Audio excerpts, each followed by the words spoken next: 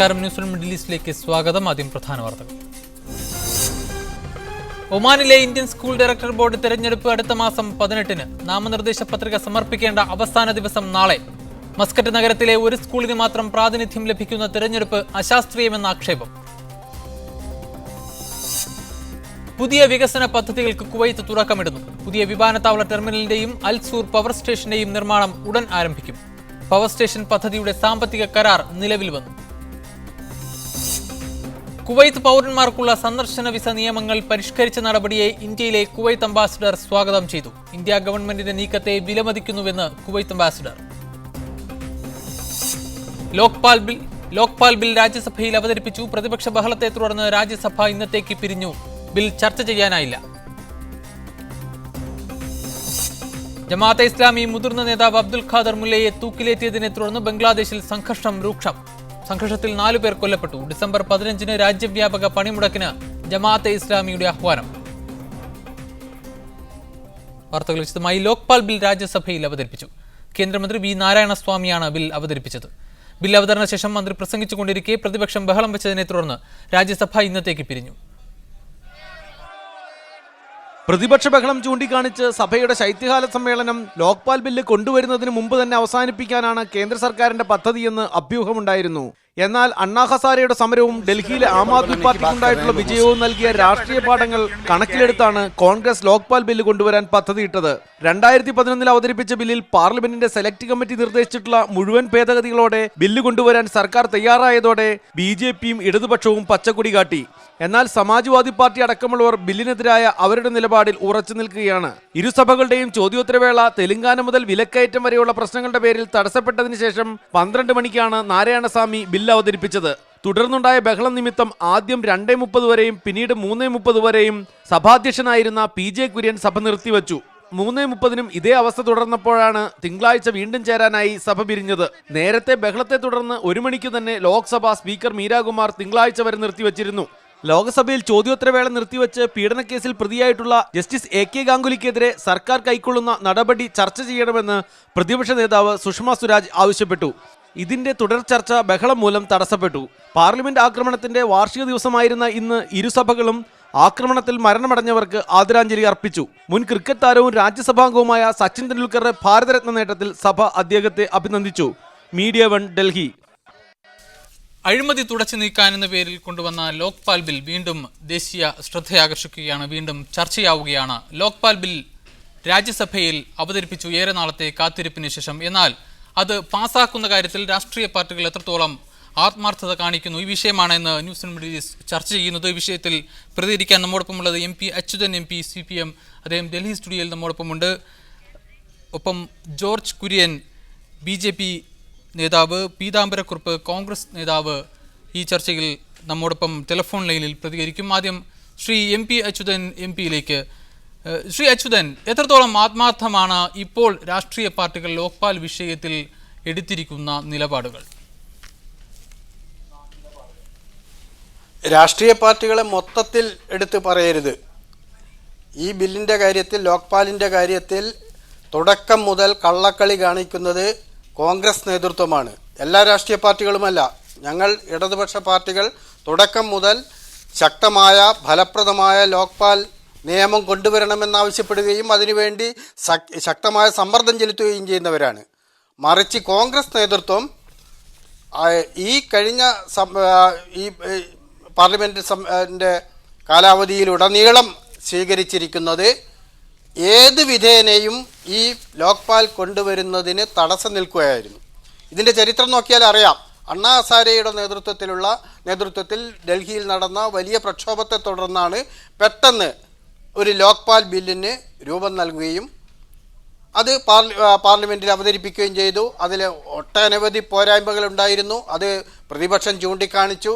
ലോക്സഭ പാസാക്കിയ ബില്ല് തന്നെ രാജ്യസഭയിൽ വന്നപ്പോൾ രാജ്യസഭ അതിൽ നിരവധി ഭേദഗതികൾ നിർദ്ദേശിച്ചു. അങ്ങനെ ഒരു രാജ്യസഭയുടെ ഒരു സെലക്ട് കമ്മിറ്റിക്ക് വിട്ടു.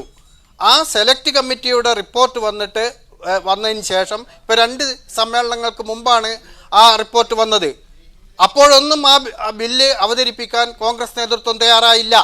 ഇപ്പോൾ ഈ കഴിഞ്ഞ തിരഞ്ഞെടുപ്പിൽ നിയമസഭ 4 സംസ്ഥാനങ്ങളിൽ കോൺഗ്രസ് ദയനീയമായി പരാജയപ്പെടുകയും ഡൽഹിയിൽ ആം ആദ്മി പാർട്ടിക്ക് വലിയ നേട്ടമുണ്ടാക്കുകയും അതിനുശേഷം അണ്ണാ ഹസാരെ വീണ്ടും നിരാഹാര സമരത്തിലേക്ക് നീങ്ങുകയും ചെയ്ത പശ്ചാത്തലത്തിലാണ് കോൺഗ്രസ് നേതൃത്വം ഇപ്പോൾ തിരക്ക് പിടിച്ച് ഈ ബില്ല് ഇന്ന് രാജ്യസഭയിൽ അവതരിപ്പിക്കാൻ തയ്യാറായത്. എന്നാൽ അത് പാസ്സാക്കണം, ഇന്ന് തന്നെ പാസ്സാക്കണം, അല്ലെങ്കിൽ തിങ്കളാഴ്ച പാസ്സാക്കണമെന്ന ഒരു വാശിയും നിർബന്ധ ബുദ്ധിയും കോൺഗ്രസ് നേതൃത്വത്തിന് ഇല്ല. ഇന്ന് സഭയിൽ നടന്ന സംഭവങ്ങൾ കാണിക്കുന്നത് കോൺഗ്രസിൻ ഭരണത്തെ UPA പിന്തുണയ്ക്കുന്ന, പുറത്തു നിന്ന് പിന്തുണയ്ക്കുന്ന സമാജ്വാദി പാർട്ടിയുടെ സഹായത്തോടെ ബില്ലിന്റെ അവതരണം തടസ്സപ്പെടുത്തുകയാണ് ചെയ്തത്. ഇപ്പോൾ ഷാനിമോൾ ഉസ്മാൻ കോൺഗ്രസ് നേതാവ് നമ്മോടൊപ്പം ചേരുന്നു പ്രതികരിക്കാൻ. ശ്രീ ഷാനിമോൾ ഉസ്മാൻ, ഈ കാര്യത്തിൽ ലോക്പാൽ ബിൽ പാസാക്കി എടുക്കുന്ന കാര്യത്തിൽ ഏറ്റവും കൂടുതൽ അലംഭാവം കാണിക്കുന്നത് കോൺഗ്രസ് ആണ്. കോൺഗ്രസിൻ്റേത് ഇക്കാര്യത്തിൽ ഇരട്ടത്താപ്പാണെന്ന് ശ്രീ MP അച്യുതൻ MP ആരോപിക്കുന്നു. താങ്കളുടെ മറുപടി? ഞാൻ സത്യത്തില് മറ്റുള്ളവരുടെ പറഞ്ഞ കാര്യങ്ങളൊന്നും ഞാൻ കേട്ടിട്ടില്ല. പക്ഷെ തീർച്ചയായിട്ടും ശ്രീ അച്യുതനെ പോലെയുള്ള ബഹുമാന്യ വ്യക്തികൾ അത്തരത്തിലുള്ള പരാമർശം നടത്തുന്നത് ശരിയല്ല എന്ന് തന്നെയാണ് എനിക്ക് പറയാനുള്ളത്. കാരണം കോൺഗ്രസ് ഈ അജണ്ട വെച്ചുകൊണ്ട് പാർലമെന്റിൽ അത് ചർച്ച ചെയ്യാനും നടപ്പിലാക്കാനും ശ്രമിച്ചിട്ടുണ്ടോ, അതിനെയൊക്കെ തന്നെ തുടക്കം മുതൽ ഒടുക്കം വരെ എതിർക്കുന്ന ഒരു രീതിയാണ് ഈ രണ്ടാം UPA ഗവൺമെന്റിൽ പ്രത്യേകമായിട്ട് നോക്കിയാൽ CPM-ന്റെ ഭാഗത്തുനിന്നായാലും BJP-യുടെ ഭാഗത്തുനിന്നായാലും നമുക്ക് കാണാൻ കഴിഞ്ഞിട്ടുള്ളത്. ഇതിനകത്ത് ഏറ്റവും പ്രധാനപ്പെട്ട പ്രശ്നം ലോക്പാൽ ഏറ്റവും പ്രധാനപ്പെട്ട വിഷയമാണ്. അതിന് യാതൊരു തർക്കവുമില്ല. കോൺഗ്രസ് അതിന് അതിൻ്റെതായ മൂല്യം കൊടുത്തുകൊണ്ട് തന്നെയാണ് മുന്നോട്ട് പോകുന്നത്. പക്ഷെ ഇവിടുത്തെ ഏറ്റവും വലിയ വിഷയം എന്ന് പറഞ്ഞാൽ പാർലമെന്റിന്റെ സാധ്യമായ എത്ര മണിക്കൂറുകൾ ഇവിടുത്തെ പ്രതിപക്ഷം വെറുതെ കളഞ്ഞിരിക്കുന്നു. ഭരണപക്ഷത്തുള്ള കോൺഗ്രസിന് മാത്രമാണോ ഇത്തരത്തിൽ നിയമനിർമ്മാണം നടത്താനുള്ള ഉത്തരവാദിത്വം എന്നുള്ളതാണ് എന്റെ മറുചോദ്യം. തീർച്ചയായിട്ടും പ്രതിപക്ഷത്തിന് ഭരണഘടനാപരമായിട്ടുള്ള ഉത്തരവാദിത്വമുണ്ട്. ക്രിയാത്മകമായ നിർദ്ദേശങ്ങൾ കൊടുത്തുകൊണ്ട് രാജ്യത്ത് ഏറ്റവും ഉപകാരപ്രദമായിട്ടുള്ള നിയമനിർമ്മാണം നടത്തുകയും ജനങ്ങളുടെ പക്ഷത്തു നിന്ന് ചിന്തിക്കുകയും ഒക്കെ ചെയ്യേണ്ട പ്രതിപക്ഷങ്ങൾ ചെയ്യുന്നത് ഏതൊരു വിഷയം കൊണ്ടുവന്നാലും അതിനെ എതിർക്കുക, ബഹളം വെക്കുക, നമ്മൾ ഒരിക്കലും പ്രതീക്ഷിക്കാത്ത രീതി ഇന്ത്യയുടെ ഒന്ന് ചോദിച്ചോട്ടെ, ഒരു ഗവൺമെന്റ് എന്ന നിലയിൽ, ഒരു ഭരണകക്ഷി എന്ന നിലയിൽ രാജ്യത്ത് നടപ്പാക്കേണ്ട നിയമങ്ങൾ, ബില്ലുകൾ, മറ്റ് അത്തരം പരിഷ്കാരങ്ങൾ, ഇതിന്റെയൊക്കെ ഉത്തരവാദിത്വം പ്രതിപക്ഷത്തിനാണെന്നാണോ താങ്കൾ പറയുന്നത്? ഭരണകക്ഷി എന്ന നിലയിൽ ഭരണകക്ഷിയല്ലേ അക്കാര്യങ്ങളിൽ മുൻഗണന എടുക്കേണ്ടത്, ആദ്യം മുന്നോട്ട് കൊണ്ടുവരേണ്ടത്? അത് മറ്റു കക്ഷികളുടെ കൂടെ അംഗീകാരത്തോടുകൂടി പാസ്സാക്കി എടുക്കുകയല്ലേ ഭരണകക്ഷി ചെയ്യേണ്ടത്? മറിച്ച് ഇതിന്റെ ഉത്തരവാദിത്തത്തിന്റെ കാര്യം താങ്കൾ പറയുകയുണ്ടായി. ഉത്തരവാദിത്തം മറ്റു കക്ഷികളുടെ മേൽ ഏൽപ്പിച്ച് രക്ഷപ്പെടുക എന്ന തന്ത്രമാണ് കോൺഗ്രസും UPA സർക്കാരും സ്വീകരിക്കുന്നത് എന്നാണ് ആരോപണം. തീർച്ചയായിട്ടും അത് തെറ്റായിട്ടുള്ള ഒരു പരാമർശമാണ്. കോൺഗ്രസിന് അല്ലെങ്കിൽ UPAക്ക് നേതൃത്വം കൊടുക്കുന്ന പ്രധാനപ്പെട്ട രാഷ്ട്രീയ പാർട്ടി എന്ന് പറഞ്ഞാൽ കോൺഗ്രസ് അതിന്റെ ഉത്തരവാദിത്തം ഏറ്റെടുത്തുകൊണ്ട് മുന്നോട്ട് പോകുന്നു. പക്ഷേ ഒരു സഭാ നടപടി അത് ഏത് വിഷയമെന്നില്ല, ഇത് ഇന്ന വിഷയത്തിൽ എന്നുള്ളതല്ല ഇവിടെ കാണുന്നത്. സഭാ നടപടികൾ തുടക്കം മുതൽ അതല്ലെങ്കിൽ നിർത്തിവെക്കേണ്ട ഒരു ഗതികേടിലേക്ക് ഇന്ത്യയുടെ ഏറ്റവും പ്രധാനപ്പെട്ട ജനപ്രതിനിധി സഭയെ എത്തിക്കുന്നതിന്റെ ഉത്തരവാദിത്വം തീർച്ചയായിട്ടും ഇവിടുത്തെ പ്രതിപക്ഷ തന്നെയാണ്. തിരിച്ചു വരാം താങ്കളിലേക്ക്. ശ്രീ MP അച്യുതൻ, ഇന്ന് അത്ര വലിയ ബഹളം ഉണ്ടായിരുന്നു. ലോക്പാൽ ബിൽ രാജ്യസഭയിൽ അവതരിപ്പിക്കാൻ കഴിയാത്തവണ്ണം ഭീകരമായ ഒരു അന്തരീക്ഷം യഥാർത്ഥത്തിൽ രാജ്യസഭയിൽ ഉണ്ടായിരുന്നു. ഇല്ല, ഇതിനേക്കാൾ വലിയ ഭീകരമായ അന്തരീക്ഷവും പ്രതിഷേധവും ഒക്കെ ഉണ്ടായപ്പോൾ കോൺഗ്രസ് നേതൃത്വത്തിന് താല്പര്യമുള്ള ബില്ലാണെങ്കിൽ അത് പാസ്സാക്കിയെടുത്തിട്ടുണ്ട്. ശ്രീമതി ഷാനിമോൾ ഉസ്മാൻ പറഞ്ഞത് ഇപ്പോൾ പാർലമെന്റിന്റെ സ്തംഭനത്തിന് ഉത്തരവാദികൾ പ്രതിപക്ഷമാണെന്നാണ്. തീർച്ചയായും ഞങ്ങളല്ല, ഇടതുപക്ഷമല്ല. ഇടതുപക്ഷം ഒരു ദിവസം പോലും ഈ പാർലമെന്റ്, ഈ സമ്മേളനം സ്തംഭിപ്പിക്കാൻ വേണ്ടി തയ്യാറായിട്ടില്ല. മറിച്ച് UPAയെ പിന്തുണക്കുന്ന, UPA ഭരണത്തെ നിലനിർത്തുന്ന സമാജ്വാദി പാർട്ടിയും BSPയുമാണ് മാറി മാറി അവരെ കൊണ്ട് പ്രതിഷേധിപ്പിക്കാൻ പ്രേരണ നൽകുന്നത് കോൺഗ്രസ് നേതൃത്വമാണ്. ഇന്ന് ഇപ്പോൾ ലോക്പാൽ ബില്ലിൻ്റെ കാര്യത്തിൽ ഇന്നലെ തന്നെ BJPയും ഇടതുപക്ഷവും ഗവൺമെന്റിനെ അറിയിച്ചതാണ്. ഞങ്ങളുടെ പൂർണ്ണ പിന്തുണയുണ്ട്, വലിയ ചർച്ച കൂടാതെ തർക്കങ്ങളൊന്നുമില്ലാതെ നമുക്കിത് പാസ്സാക്കാം. അങ്ങനെയാണ് ഇന്ന് പിന്നെ അനൗദ്യോഗിക ദിനമായിട്ട് പോലും ആ ബില്ലിന്ന് ലിസ്റ്റിൽ ഉൾപ്പെടുത്തിയത്. അത് അവതരിപ്പിക്കാൻ തയ്യാറായപ്പോൾ സമാജ്വാദി പാർട്ടിയുടെ ഒരംഗം എഴുന്നേറ്റ് നിന്നിട്ട് പറഞ്ഞു ഇതല്ല പ്രധാനം, വിലക്കയറ്റമാണ് ചർച്ച ചെയ്യേണ്ടത്. ആ വിലക്കയറ്റം ചർച്ച ചെയ്യാൻ അവസരം ഒരുക്കാമെന്ന് പറഞ്ഞാൽ മതിയായിരുന്നു. അതിന് തയ്യാറാകാതെ ഈ അവരെ 3-4 അംഗങ്ങളുടെ ഭീഷണിക്ക് വഴങ്ങി ഇത് പരിപാടി മാറ്റിവെക്കുകയാണ് ചെയ്തത്. അത് എന്താണ് ന്യായമുള്ളത്? കോൺഗ്രസിന് താല്പര്യമുണ്ടെങ്കിൽ ചെയ്യാമായിരുന്നില്ലേ? കോൺഗ്രസിന് താല്പര്യമുള്ളപ്പോൾ കഴിഞ്ഞ സമ്മേളനത്തിൽ TDP അംഗങ്ങളെ സഭയിൽ നിന്നും പുറത്താക്കിക്കൊണ്ടാണ് ഭക്ഷ്യസുരക്ഷാ ബിൽ പാസ്സാക്കിയത്. അത്തരം നടപടികളെടുക്കാൻ കഴിയും. ഇതിൽ സമാജ്വാദി പാർട്ടിയുടെ നേതാവ് നരേഷ് അഗർവാൾ അദ്ദേഹത്തെ ഉപയോഗപ്പെടുത്തിയാണ് കഴിഞ്ഞ ലോക്പാൽ ബില്ല് സെലക്ട് കമ്മിറ്റിക്ക് വിടണമെന്ന പ്രമേയം അവതരിപ്പിച്ചത്. കഴിഞ്ഞ ബജറ്റ് സമ്മേളനത്തിൽ കഴിഞ്ഞ മെയ് 21-ാം തീയതി സഭയിൽ അവതരിപ്പിച്ചത്, ഗവൺമെൻറ്റിന് വേണ്ടി അവതരിപ്പിച്ചത് നരേഷ് അഗർവാൾ ആയിരുന്നു. അന്ന് മറ്റ് പ്രതിപക്ഷ കക്ഷികൾ അതിനെ ചോദ്യം ചെയ്തതാണ്. ആ നരേഷ് അഗർവാൾ തന്നെയാണ് ഇന്ന് ലോക്പാൽ ബിൽ അവതരിപ്പിക്കുന്നതിനെ തടസ്സപ്പെടുത്തിയത്. ശ്രീ അച്യുതൻ, താങ്കളിലേക്ക് തിരിച്ചു വരാം. ഇപ്പോൾ BJP നേതാവ് ശ്രീധരൻ പിള്ള നമ്മോടൊപ്പം ടെലിഫോൺ ലൈനിൽ ചേരുന്നു. ശ്രീധരൻ പിള്ള, UPA സർക്കാർ ലോക്പാൽ ബില്ലിൽ പാസാക്കിയെടുക്കുന്ന കാര്യത്തിൽ എത്രത്തോളം ആത്മാർത്ഥത കാണിക്കുന്നു, മറ്റ് രാഷ്ട്രീയ പാർട്ടികളോടൊപ്പം ഇതിൽ എത്രത്തോളം ആത്മാർത്ഥത കാണിക്കുന്നു എന്നാണ് നമ്മൾ പരിശോധിച്ചുകൊണ്ടിരിക്കുന്നത്. യഥാർത്ഥത്തിൽ UPA സർക്കാർ ഇന്ന് കാണിച്ചത്, രാജ്യസഭയിൽ ലോക്പാൽ ബില്ലിന്റെ അവതരണ വേളയിൽ ഉണ്ടായത്, സമാജ്വാദി പാർട്ടിയുമായി BSPയിലെ അംഗങ്ങളുമായി ചേർന്നുള്ള ഒരു ഒളിച്ചുകളിയാണോ? തീർച്ചയായിട്ടും. കാരണം ഇക്കാര്യത്തിൽ അവർക്ക് ആത്മാർത്ഥയില്ല എന്നുള്ളത് കഴിഞ്ഞ സമ്മേളനത്തിൽ അവതരിപ്പിച്ച അവസരത്തിൽ തന്നെ നമുക്കെല്ലാം മനസ്സിലായിട്ടുള്ളതാണ്. അപ്പോൾ ഒരു ആത്മാർത്ഥവുമില്ലാതെ അതേ സമയത്ത് തങ്ങളുടെ ഇംഗിതത്തിനനുസരിച്ച് നിൽക്കുന്ന, അല്ലെങ്കിൽ തങ്ങൾക്ക് തങ്ങളുടെ രാഷ്ട്രീയ നിലനിൽപ്പിന് വേണ്ടിയിട്ട് ബന്ധം നിലനിർത്താൻ ആഗ്രഹിക്കുന്ന കക്ഷികളുമായിട്ട്, അത് സമാജ്വാദി പാർട്ടി ആയാലും ശരി BSP ആയാലും, അവരുമായി എല്ലാം ചേർന്നുകൊണ്ട് ഒരു നാടകമാണ് അവർ കളിച്ചു വരുന്നത്. BJPയുടെ നിലപാട് വളരെ വ്യക്തമാണ്. ഈ ബില്ല് പാസ്സാക്കിയെടുക്കണം. പക്ഷേ അതിൽ ചില ഭേദഗതികളെ സംബന്ധിച്ചിടത്തോളം സെലക്ട് കമ്മിറ്റിയുടെ ശുപാർശകളും അതുമായി ബന്ധപ്പെട്ടതും അന്ന് പാർലമെന്റിൽ കഴിഞ്ഞ തവണ വന്ന അവസരത്തിൽ എന്തൊക്കെയാണോ ഒബ്ജക്ഷനായിട്ട് ഉന്നയിച്ചിട്ടുള്ളത് ആ കാര്യങ്ങൾ പരിഗണിക്കണം എന്നാണ് ഞങ്ങളുടെ അഭിപ്രായം. തിരിച്ചു വരാം. ഒരു കാര്യം കൂടി, അതായത് 2011 ഡിസംബറിലാണ് ലോക്പാൽ ബിൽ ലോക്സഭ പാസ്സാക്കുന്നത്. ഇപ്പോൾ കൃത്യം 2 വർഷം തികയുന്നു. ഈ 2 വർഷ കാലയളവിൽ ഒരു പാർട്ടികളും ലോക്പാലിനെ പറ്റി സംസാരിച്ചതായി അറിവില്ല. ഇപ്പോൾ അഴിമതി വിരുദ്ധ മുദ്രാവാക്യം ഉയർത്തിപ്പിടിച്ചുകൊണ്ട്, അല്ലെങ്കിൽ ലോക്പാൽ ബില്ലിന്റെ ശക്തമായി വാദിച്ചുകൊണ്ട് മുന്നോട്ട് വന്ന അരവിന്ദ് കെജ്രിവാളിന്റെ പാർട്ടി ആം ആദ്മി പാർട്ടി ഡൽഹിയിൽ നേടിയ മിന്നുന്ന വിജയമല്ലേ വീണ്ടും ലോക്പാലിനെ ഇപ്പോൾ ചർച്ചാ വിഷയമാക്കിയിരിക്കുന്നത്? ശ്രീധരൻപിള്ള, അല്ല, എന്ത് പറയാൻ സാധിക്കില്ല. കാരണം ലോക്പാൽ ബില്ല് അവതരിപ്പിച്ച അവസരത്തിൽ എന്തൊക്കെ കാരണങ്ങൾക്ക് വേണ്ടി ഒബ്ജക്ട് ചെയ്തുവോ അതിനുശേഷം അത് സെലക്ട് കമ്മിറ്റിക്ക് കൊടുത്തു. അതിന്റെ ശുപാർശയുടെ അടിസ്ഥാനത്തിലാണ് വീണ്ടും പ്രസന്റ് ചെയ്യേണ്ടതായിട്ടുള്ളത്. അതിനിടയിൽ അന്യോന്യം അതിനെ സംബന്ധിച്ച് അഭിപ്രായം പറയാൻ ഒരു അക്കാദമിക്ക് മാത്രമായിട്ട് അത് മാറും, അത് പ്രസക്തമാവില്ല. അതുകൊണ്ട് സ്വാഭാവികമായിട്ടും സെലക്ട് കമ്മിറ്റിയുടെ ശുപാർശക്കനുസരിച്ച് അത് വീണ്ടും ഭരണകൂടമാണല്ലോ മുന്നോട്ട് വെക്കേണ്ടത്. ആ വെക്കേണ്ട സാഹചര്യം വന്നപ്പം അതിനെ സംബന്ധിച്ചിടത്തോളം പാർട്ടി ആലോചിച്ചതിന്റെ അഭിപ്രായം പറയുന്നത് ജനാധിപത്യ ക്രമത്തിൽ അങ്ങനല്ലേ സാധിക്കുകയുള്ളൂ. മറിച്ച് ഇപ്പൊ ഡൽഹിയിലെ ഒരു മണ്ഡലത്തിൽ ജയിച്ചു, അഴിമതിക്കെതിരായ പോരാട്ടത്തിൽ ഇപ്പൊ ഞങ്ങൾ മാത്രമൊന്നുമല്ല, ഇപ്പൊ CPIയും CPMഉം BJPയും എല്ലാ പാർട്ടികളിലും വളരെ ഈ അഴിമതി എല്ലാ കക്ഷികളും പലപ്പോഴും ഉണ്ടാകാറുണ്ട്. പക്ഷെ വളരെ പരിമിതമാണ്. കോൺഗ്രസിനോട് താരതമ്യപ്പെടുത്തുന്ന അവസരത്തിൽ അഴിമതിക്കാരായ നേതാക്കന്മാരുടെ അല്ലെങ്കിൽ എണ്ണം കുറവുള്ള പ്രസ്ഥാനങ്ങളാണ് പ്രതിപക്ഷത്തുള്ളത്, BJP ഉൾപ്പെടെ. അതുകൊണ്ട് ഇതിനെയെല്ലാം ഒരുപോലെ പൊതുവൽക്കരിച്ചുള്ള അഭിപ്രായ രൂപീകരണം ശരിയല്ല.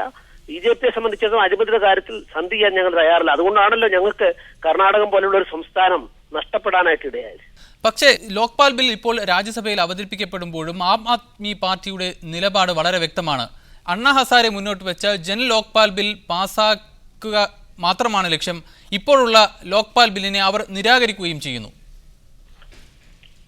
അല്ല, അതിനുള്ള അവകാശം അവർക്കുണ്ട്. ഒരു ദേശീയ കക്ഷിയെ അംഗീകാരം നേടിയില്ലെങ്കിൽ പ്രാദേശിക നിലവാരത്തിൽ മത്സരിച്ചു. ഡൽഹിയിൽ അവർക്ക് സാമാന്യം 30% ജനങ്ങളുടെ അംഗീകാരം കിട്ടിയിട്ടുണ്ട്. അത് ഇനി അംഗീകാരം കിട്ടിയില്ലേ പോലും അണ്ണാ ഹസാരെ പോലുള്ള ഒരാളിന് അദ്ദേഹത്തിന്റെ അഭിപ്രായം മുന്നോട്ട് വെക്കാനുള്ള അവകാശമുണ്ട്. അതിനെ കണക്കിലെടുത്തുകൊണ്ട് സ്വാഭാവികമായിട്ടും ജനാധിപത്യ സംവിധാനത്തിൽ അത്തരം കാര്യങ്ങൾ കണക്കിലെടുക്കേണ്ടതായിട്ടുള്ളതാണ്. തിരിച്ചുവരാം താങ്കളിലേക്ക്. ഇപ്പോൾ ഷാനിമോൾ ഉസ്മാൻ വീണ്ടും ചേരുന്നു. ഷാനിമോൾ ഉസ്മാൻ, നേരത്തെ താങ്കളോട് ചോദിക്കാൻ ഉദ്ദേശിച്ച ടെലിഫോൺ ലൈൻ വിച്ഛേദിച്ചുകൊണ്ട് മാത്രമാണ് ചോദിക്കാൻ കഴിയാതിരുന്നത്. ഇന്ന് രാജ്യസഭയിൽ സംഭവിച്ച കാര്യങ്ങൾ, നാരായണസ്വാമി ഇന്ന് ലോക്പാൽ ബിൽ പാർലമെന്റിൽ അവതരിപ്പിക്കുമ്പോൾ ആ ബില്ല് അവതരിപ്പിക്കാനോ അല്ലെങ്കിൽ അത് മുന്നോട്ട് കൊണ്ടുപോയി ചർച്ചയ്ക്കെടുക്കാനോ പാസ്സാക്കിയെടുക്കാനോ കഴിയാത്ത വിധം ഭീകരമായ ഒരു അന്തരീക്ഷം, ഒരു ബഹളം അവിടെ ഉണ്ടായിരുന്നില്ല. എസ് പി അംഗങ്ങളുടെ വിരലിലെണ്ണാവുന്ന എസ് പി അംഗങ്ങളുടെ ബഹളം മാത്രമാണ് ഉണ്ടായിരുന്നത്. ഇതിലും വലിയ ബഹളങ്ങൾ ഉണ്ടായ സമയത്ത് പോലും പല ബില്ലുകളും പാസ്സാക്കിയെടുത്ത ചരിത്രം നമ്മുടെ മുമ്പിലുണ്ട്. അതുകൊണ്ട് തന്നെ ഇക്കാര്യത്തിൽ കോൺഗ്രസ് കാണിക്കുന്നത് സമാജ്വാദി പാർട്ടികളുമായുള്ള ഒരു ഒത്തുകളിയാണ് എന്ന് ന്യായമായും സംശയിക്കേണ്ടിയിരിക്കുന്നു. ഇത് കോൺഗ്രസിന്റെ സത്യസന്ധതയെ ചോദ്യം ചെയ്യുന്നതിൽ യാതൊരു അർത്ഥവുമില്ല. ഈ രാജ്യത്ത് എടുത്തു കാണിക്കാവുന്ന അല്ലെങ്കിൽ ഈ രാജ്യത്തെ സാധാരണ ജനങ്ങൾ എന്ന് ഏറ്റവും എടുത്തു പറയുന്ന എല്ലാ നിയമനിർമ്മാണങ്ങളും നടപ്പിലാക്കി കൊണ്ടുവന്നിട്ടുള്ള ഇന്ത്യൻ നാഷണൽ കോൺഗ്രസിന്റെ നേതൃത്വത്തിലുള്ള ഭരണകൂടമാണ്. ഏറ്റവും കൂടുതൽ രാജ്യം ഭരിച്ചിട്ടുള്ള പാർട്ടി എന്നുള്ള നിലയിൽ ഇന്ന് കാണുന്ന നന്മകൾക്കെല്ലാം ഒരുപക്ഷെ കോൺഗ്രസ് ആണ് അവകാശി എന്ന് പറയുമ്പോൾ അതിനെ ഒരുപക്ഷെ രാഷ്ട്രീയമായി എതിർക്കാൻ മറ്റുള്ളവർ വന്നാൽ പോലും അതിന്റെ സത്യത്തിലേക്ക് കടന്നാൽ എതിർക്കാൻ കഴിയില്ല. അതുകൊണ്ട് കോൺഗ്രസ് എസ് പി അംഗങ്ങളുമായി ഒളിച്ചുകളി നടത്തേണ്ട കാര്യമില്ല. അഴിമതിക്കെതിരായിട്ടുള്ള ശക്തമായ നിലപാട് എല്ലാ കാലത്തും എടുത്തിട്ടുള്ള രാഷ്ട്രീയ പാർട്ടി കോൺഗ്രസ് തന്നെയാണ്. ഇപ്പൊ കോൺഗ്രസിനെ സംബന്ധിച്ച് കോൺഗ്രസ് ഭരിക്കുമ്പോൾ കോൺഗ്രസിന്റെ മന്ത്രിമാർക്കെതിരെ വരെ ശക്തമായിട്ടുള്ള അഴിമതി ആരോപണങ്ങൾ വന്നപ്പോ ഒരു തവണ പോലും കോൺഗ്രസ് അവരെ സംരക്ഷിക്കുന്ന നിലപാടെടുത്തിട്ടില്ല. എന്തുകൊണ്ട് അതുകൂടി കൂട്ടി വായിക്കാതെ ഇത്തരത്തിലുള്ള അഭിപ്രായങ്ങൾ പറയുന്നു എന്നുള്ളതാണ് എനിക്ക് അതിശയം. പക്ഷേ ചില കാര്യങ്ങൾ ചൂണ്ടിക്കാണിക്കേണ്ടതുണ്ട്. ഷാനിമോൾ ഉസ്മാൻ, ഇന്ന് നാരായണസ്വാമി അദ്ദേഹത്തിന് ലോക്പാൽ ബിൽ അവതരിപ്പിക്കുന്നതിന് വേണ്ടി ക്ഷണിക്കുമ്പോൾ അദ്ദേഹത്തിന്റെ കയ്യിൽ ബില്ല് തന്നെ ഉണ്ടായിരുന്നില്ല. പിന്നീട് ധനമന്ത്രി ചിദംബരമാണ് അദ്ദേഹത്തിന് ബില്ല് കൈമാറുന്നത്. അതിനുശേഷമാണ് അദ്ദേഹം അവതരിപ്പിക്കുന്നത്. സ്വാഭാവികമായും ഇതൊരു ബഹളമുണ്ടായി, ഈ ചർച്ച അലങ്കോലപ്പെട്ട് സഭ അവസാനിപ്പിക്കാൻ കഴിയുമെന്ന ആത്മവിശ്വാസത്തിന്റെ പേരിലല്ലേ അദ്ദേഹം വേണ്ടത്ര അല്ലെങ്കിൽ യാതൊരുവിധ മുന്നൊരുക്കം ഇല്ലാതെ ഈ ചർച്ചയിൽ ബില്ല് അവതരിപ്പിക്കാനായി രാജ്യസഭയിൽ എത്തുന്നത്? അത് തന്നെ ഉദാഹരണമല്ലേ? അത് അങ്ങനെ ഒരു സാങ്കേതികത്വത്തിൽ പിടിച്ചുകൊണ്ട് നാരായണസ്വാമി അതിനുവേണ്ടി തയ്യാറെടുപ്പ് നടത്തിയിട്ടില്ല എന്നൊന്നും പറയാൻ കഴിയില്ല. ഇപ്പോ അത് സ്വാഭാവികമായും ഇത് അവതരിപ്പിക്കാനായി പാർലമെന്റിലേക്ക് അല്ലെങ്കിൽ രാജ്യസഭയിലേക്ക് കടന്നു വരുന്ന മന്ത്രി അതുമായി ബന്ധപ്പെട്ട എല്ലാ വിഷയങ്ങളെ സംബന്ധിച്ച് പഠിച്ചിട്ട് തന്നെയാണ് വരുന്നത്. ഇത് ഒരു നിമിഷം അങ്ങോട്ട് ഒരു ബില്ലിനെ സംബന്ധിച്ച് ചർച്ച ചെയ്ത് നേരെ രാജ്യസഭയിൽ വന്ന് അവതരിപ്പിച്ച് മുന്നോട്ട് പോവുക എന്നുള്ളതല്ല. അപ്പൊ ഒരുപാട് മുന്നൊരുക്കങ്ങൾ നടത്തിയിട്ട് തന്നെയാണ് കോൺഗ്രസിന്റെ പ്രതിനിധികൾ രാജ്യസഭയിൽ അടക്കം വന്നിട്ടുള്ളത്. അപ്പൊ ഇത് പാസ്സാക്കാൻ കഴിയാതെ വരുന്നു. തിരിച്ചു വരാം. ശ്രീ എം പി അച്യുതൻ, താങ്കൾ സഭയിൽ ഉണ്ടായിരുന്ന ആളാണ്. നാരായണസ്വാമിയുടെ ഇന്നത്തെ ആറ്റിറ്റ്യൂഡ് ഈ കോൺഗ്രസ് സർക്കാരിന്റെ മൊത്തം ലോക്പാൽ ബില്ലിനോടുള്ള ആറ്റിറ്റ്യൂഡിന്റെ പ്രത്യക്ഷമായ ഉദാഹരണം തന്നെയല്ലേ?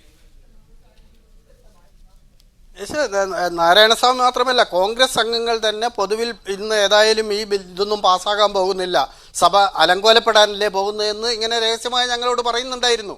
ആദ്യം കാലത്ത് മുതൽ തന്നെ അതായിരുന്നു അവരുടെ സ്ഥിതി. ഏറ്റവും പ്രധാനപ്പെട്ട പ്രശ്നം എന്താണ്? ഈ ലോക്പാൽ ബില്ല് ഇന്ന് പാസ്സാക്കാനുള്ള ഭൂരിപക്ഷം അംഗങ്ങളുടെ പിന്തുണ ഉണ്ടായിരുന്നു. എസ് പി ഒഴിച്ച് ബാക്കി എല്ലാ പാർട്ടികളും, മുഖ്യപ്രതിപക്ഷമായ BJP, ഇടതുപക്ഷം, കോൺഗ്രസ് തുടങ്ങി എല്ലാ പാർട്ടികളുടെയും പിന്തുണയുണ്ട്. എന്നിട്ടും എന്തുകൊണ്ട് ഗവൺമെൻറ് അതിനു വേണ്ടി സന്നദ്ധമായില്ല എന്നതാണ് പ്രശ്നം.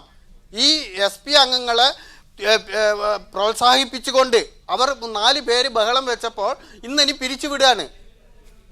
തിങ്കളാഴ്ച ചേർന്നാൽ മതി, എടുക്കാൻ പറ്റില്ല എന്നൊരു നിലപാടെടുക്കാൻ അത് മുൻകൂട്ടി തയ്യാറാക്കിയ ഒരു തിരക്കഥയുടെ ഭാഗമായിട്ട് മാത്രമേ ഞങ്ങൾക്ക് കാണാൻ കഴിഞ്ഞുള്ളൂ. ഇത് സാങ്കേതികത്വം മാത്രമല്ല എന്നാണ് സഭയിൽ ഉണ്ടായിരുന്ന MP അച്യുതൻ പറയുന്നത്. താങ്കളുടെ മറുപടി? എനിക്ക് ശ്രീ അച്യുതൻ പറഞ്ഞതൊന്നും കേൾക്കാൻ കഴിഞ്ഞിട്ടില്ല. പക്ഷെ ഇതൊരു ചരിത്രവുമായി ബന്ധപ്പെടുത്തി തന്നെ നോക്കൂ. ഞാൻ ഒന്ന് ചോദിക്കട്ടെ, കോൺഗ്രസ് അഴിമതി വിരുദ്ധ നിലപാടെടുത്തിട്ടുള്ള രാഷ്ട്രീയ പ്രസ്ഥാനം തന്നെയാണ്, ഒരു സംശയം വേണ്ട. ഏത് രാഷ്ട്രീയ പാർട്ടിക്ക് പറയാൻ കഴിയും ഇത്രയേറെ അവരുടെ പ്രധാനപ്പെട്ട നേതാക്കന്മാരടക്കം പലപ്പോഴും അഴിമതിയുമായി ബന്ധപ്പെട്ട ആരോപണങ്ങൾ ഉന്നയിക്കപ്പെടുമ്പോൾ അവർ രാജിവെക്കാൻ പറഞ്ഞുകൊണ്ട് മണിക്കൂറുകൾക്കകം നിലപാടെടുത്ത രാഷ്ട്രീയ പ്രസ്ഥാനമാണ് കോൺഗ്രസ്. അപ്പൊ കോൺഗ്രസ് അഴിമതിയെ പ്രോത്സാഹിപ്പിക്കുന്നു, BJPയും CPMും ഒക്കെ അഴിമതി വിരുദ്ധ നിലപാടെടുക്കുന്നു എന്നൊക്കെ പറഞ്ഞാൽ ഈ രാജ്യത്ത് ആരത് വിശ്വസിക്കാനാണ്?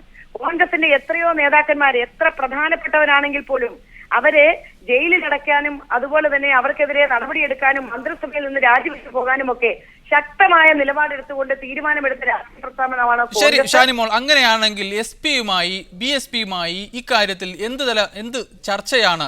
ബില്ല് അവതരിപ്പിക്കുന്നതിന് മുമ്പ് ബില്ല് പാസ്സാക്കിയെടുക്കാൻ വേണ്ടി അവരുമായി ഏതെങ്കിലും തരത്തിൽ ചർച്ച നടത്താൻ കോൺഗ്രസ് തയ്യാറായിട്ടുണ്ടോ?